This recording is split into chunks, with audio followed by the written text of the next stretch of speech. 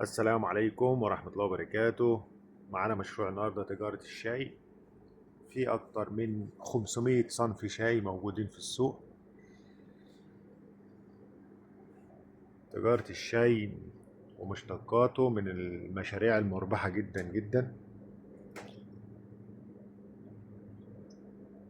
والحبهان والبهارات والمكسرات.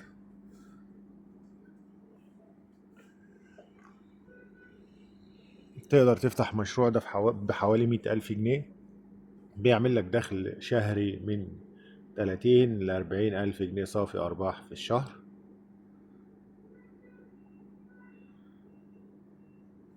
أهم حاجة تشوف الموزعين، أهم حاجة توفر كميات الشاي وجميع الأصناف المتوفرة في السوق.